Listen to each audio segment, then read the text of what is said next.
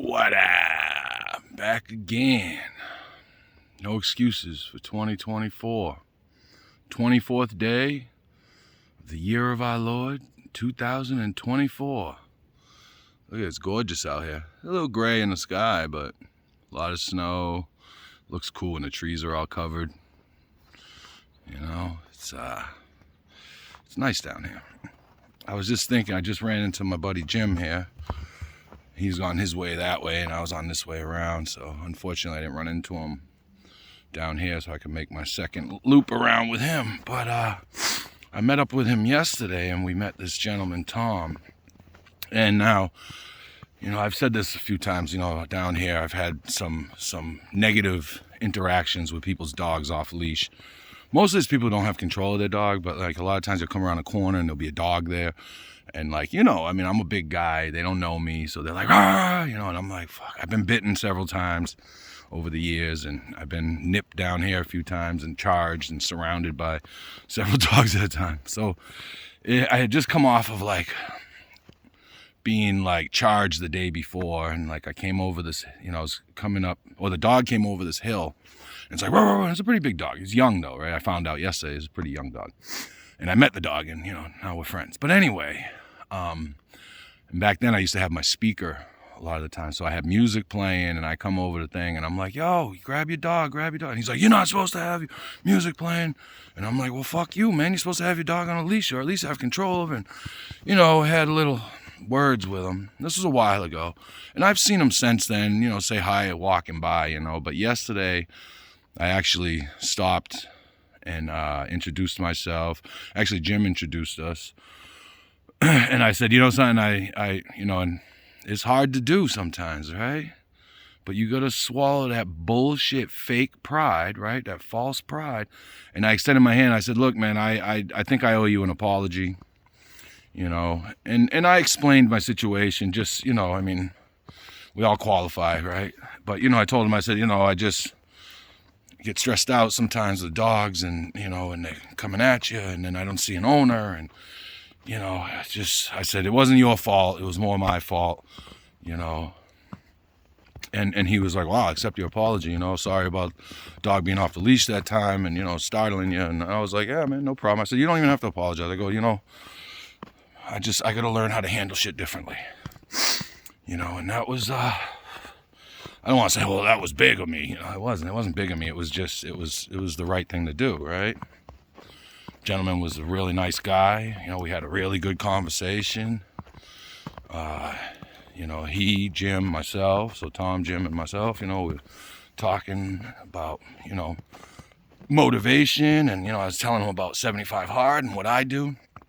And he was like, man, you know, I think you pushed me to get a little more motivated. He's like, I'm feeling, you know, more amped to get motivated to do this health kick, you know. And I told him like how much weight I've lost, you know, 65 pounds, and, you know, and just quitting drugs. I'm open about my addiction, and you know, my old addiction, and recovery of sorts. You know, I do smoke cannabis, but you know, I stay away from all the other stuff, you know. And I'm not saying that works for everybody, you know. If you need to give shit up, then give it up, you know what I mean? Try it without it, you know.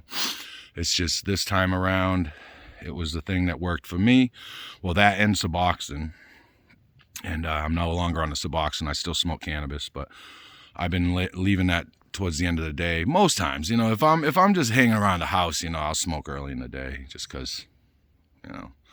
I mean, I've already exercised, I did housework, you know, I cleaned, did dishes, I prep meals for my kids, you know, and I'm like, all right, I'm all right, you know. But I you know, I try to keep it relatively calm, you know. But anyway, that wasn't my point.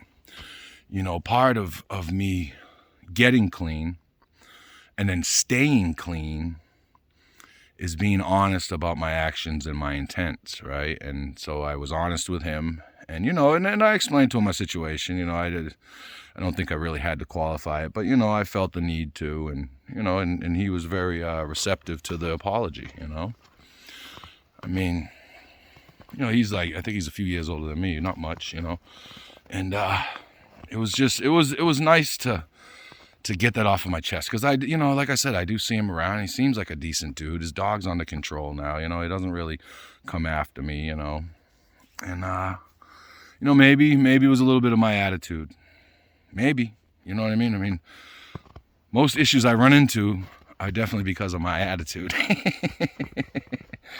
And then I contemplate about my day. That's one of my 5 tasks that I do every day: meditation and contemplation on how I could have done things better, or what I did great and what I didn't, how I failed and how I succeeded, So that's where I'm at today. And I just wanted to put that out there. It's like, and even if he was like, hey, fuck you, I don't accept your apology, I got it off my shoulders, right? I got it off my chest.